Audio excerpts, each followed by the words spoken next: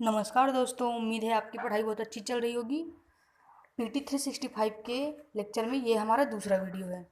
तो हम देखते हैं दूसरा टॉपिक क्या है। अनुसूचित जाति और अनुसूचित जनजाति के पदोन्नति में आरक्षण। इसके पहले जो हमारा टॉपिक था वो था पहला टॉपिक, वो भी विधायी निकायों में आरक्षण से संबंधित। आप एक बार उसको रिवाइज कर सकते 2 टाइम्स करके। अब हम चलते हैं अपने दूसरे टॉपिक पर। देखते हैं इसमें इम्पोर्टेंट क्या है। सबसे पहले ये संदर्भ में क्यों रहा है, फिर हम इसमें जो बॉक्स में कुछ चीज़ें होती हैं जिसको हम डिस्कस करते हैं, ये बताते हैं, वो अक्सर आपको जानना ही जानना चाहिए। तो फिर देख लेते हैं चर्चा में क्यों रहा। अनुसूचित जाति और अनुसूचित जनजाति के पदोन्नति में आरक्षण। हाँ, केंद्र सरकार ने पदोन्नति में SC/ST को आरक्षण देने से संबंधित जर्नैल सिंह बनाम लक्ष्मी नारायण गुप्तावाद 2018 में उच्चतम न्यायालय द्वारा प्रदत्त निर्णय के पुनर्विलोकन की मांग की है। हाल ही में उच्चतम न्यायालय ने कर्नाटक राज्य के अनुसूचित जाति और अनुसूचित जनजाति समुदाय के सरकारी कर्मचारियों को पदोन्नति में आरक्षण प्रदान करने वाले एक कानून, कर्नाटक में आरक्षण के आधार पर पदोन्नत सरकारी सेवकों तक परिणामी वरिष्ठता का विस्तार, राज्य की सिविल सेवाओं में पदों के लिए अधिनियम 2018 को मान्य ठहराया है। तो ये होना चाहिए, ये नहीं होना चाहिए, ये तो डिबेट का अदर विषय है, लेकिन पीटी के लिए इम्पोर्टेंट क्या है, प्रीलिम्स एग्जाम के लिए ये जानना बहुत ज़रूरी है। तो हम देख लेते हैं सबसे पहले संबंधित वाद क्या है और संवैधानिक प्रावधान और संशोधन क्या क्या है इस संदर्भ में। सबसे पहले तो है आर्टिकल 15(4). यह क्या कहता है, राज्य को नागरिकों के किसी भी सामाजिक और शैक्षणिक रूप से पिछड़े वर्गों अथवा SC या STs की उन्नति हेतु विशेष प्रावधान उपबंधित करने की अनुमति प्रदान करता है। इसलिए आर्टिकल 15(4) का रेफरेंस आपको याद रखना है।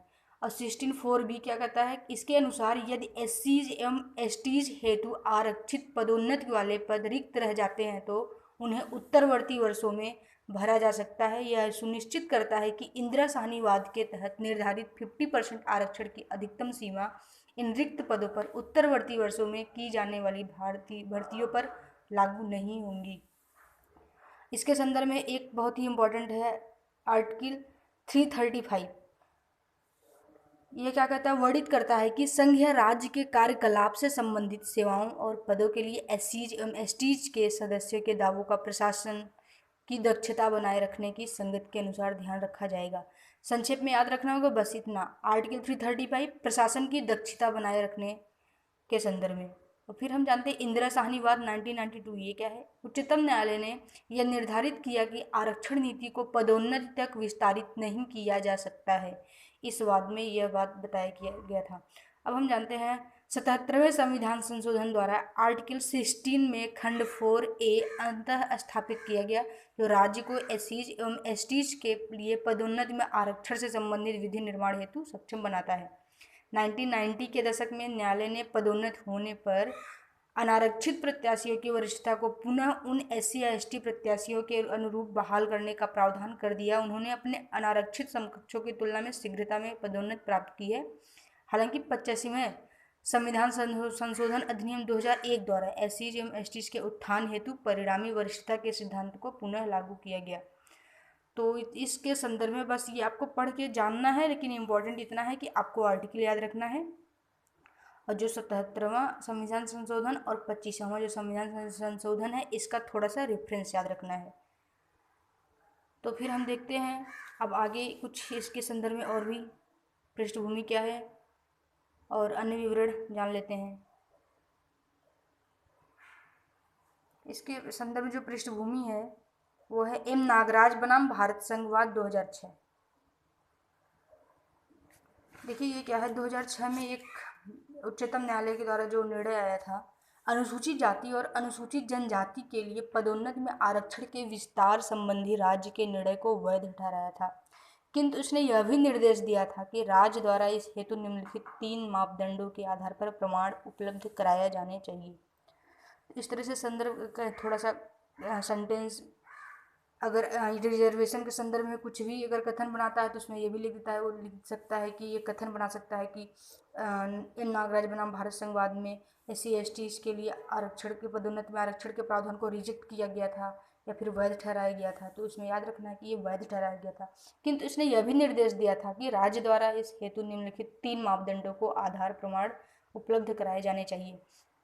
इसमें क्या है, 3 मामला जो बताया था कि अगर ये 3 मापदंड पूरे होंगे तो फिर पदोन्नति में आरक्षण होना चाहिए। पहला क्या है, आरक्षण से लाभान्वित होने वाले वर्ग के पिछड़ेपन संबंधी अनुभवजन्य आंकड़े हो। उस दूसरा क्या है, उस पद या सेवा में उसके लिए पदोन्नति में आरक्षण दिया जाना है से संबंध अपर्याप्त प्रतिनिधित्व संबंधी अनुभवजन्य आंकड़े हो। और तीसरा क्या है, दक्षता पर प्रभाव, कि पदोन्नति में आरक्षण प्रशासनिक दक्षता में किस प्रकार वृद्धि करेगा। तो यह 3 तरह का ये मापदंड हो गया। अब हम देखते हैं इनके बारे में कुछ और। इसके उपरांत केंद्र सरकार ने उच्चतम न्यायालय से कहा कि नागराजवाद में प्रदत्त निर्णय ने आरक्षण का लाभ प्रदान करने पर अनावश्यक शर्तें आरोपित की है।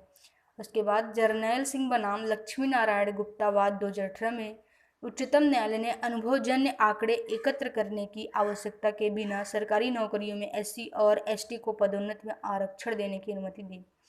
हालांकि इस वाद में न्यायालय ने सरकार से यह भी कहा कि SC एवं ST के लिए क्रीमी लेयर मानदंड की शुरुआत करने की संभावना की जांच करे, क्योंकि यदि SC ST के केवल कुछ वर्ग ही सभी प्रतिष्ठित नौकरियों पर कब्जा कर लेंगे तो शेष वर्ग हमेशा की तरह पिछड़े ही बने रहेंगे। और इसमें एक इम्पॉर्टेंट पॉइंट और भी क्या जानना है, हालांकि इस वाद में न्यायालय ने सरकार से यह भी कहा कि SC ST के लिए क्रीमी लेयर मानदंड की शुरुआत करने की संभावना की जांच करें, क्योंकि यदि SC और ST के केवल कुछ वर्ग ही सभी प्रतिष्ठित नौकरियों पर कब्जा कर लेंगे तो शेष वर्ग हमेशा की तरह पिछड़े ही रह जाएंगे। और फिर क्या कहता है कि यह जो इससे मामला है, न्यायालय ने वर्ष 2006 के नागराजवाद में प्रदत्त निर्णय पर पुनः विचार करने हेतु मामले को 7 न्यायाधीशों की पीठ को सौंपने की सरकार की मांग को अस्वीकृत कर दिया। अब केंद्र सरकार ने न्यायालय से अपने फैसले पर पुनः विचार करने मामले को 7 न्यायाधीशों की पीठ को सौंपने का आग्रह किया है।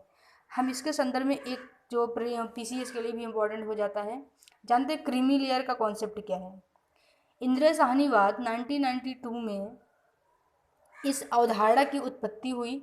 उच्चतम न्यायालय ने सरकार से क्रीमी लेयर मानदंड को परिभाषित करने के लिए आय, संपत्ति या उनके पद स्टेटस का निर्धारण करने हेतु निर्देश दिया था।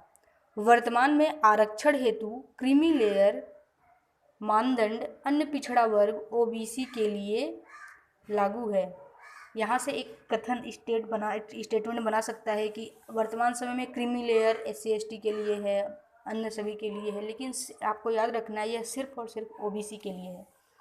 वर्तमान में केंद्र और राज्य सरकार दोनों के समूह क और समूह ख, जिसे ग्रुप A ग्रुप B भी बोल लेते हैं, अधिकारी आदि तथा साथ ही प्रतिवर्ष 8 लाख से अधिक आय अर्जन करने वाले व्यक्ति क्रीमी लेयर के दायरे में आते हैं। तो यह भी याद रखना है कि क्रीमी लेयर के दायरे में आने वाले ग्रुप A ग्रुप B के जो भी अधिकारी हैं वो भी प्रतिवर्ष 8 लाख से अधिक आय अर्जन करने वाले व्यक्ति ही इसमें आएंगे। अब इसमें एक कॉन्सेप्ट और भी आया था, ये परिणामी वरिष्ठता क्या है। परिणामी वरिष्ठता की बात करते हैं तो किसी वरिष्ठ पद पर परिस्थितियों के परिणाम स्वरूप पदोन्नत किया जाना, न कि सामान्य नियमों के माध्यम से। उदाहरण के लिए, यदि एक विभाग में स्वीकृति पदों की संख्या 100 है, जिनमें से 30 पर अनारक्षित प्रत्याशी, 15 पर आरक्षित प्रत्याशी पदासीन हैं और 55 पद रिक्त हैं। यदि आरक्षण 30% है तो इसका अर्थ है कि 30 पद आरक्षित श्रेणी के कर्मचारियों को प्राप्त होने चाहिए।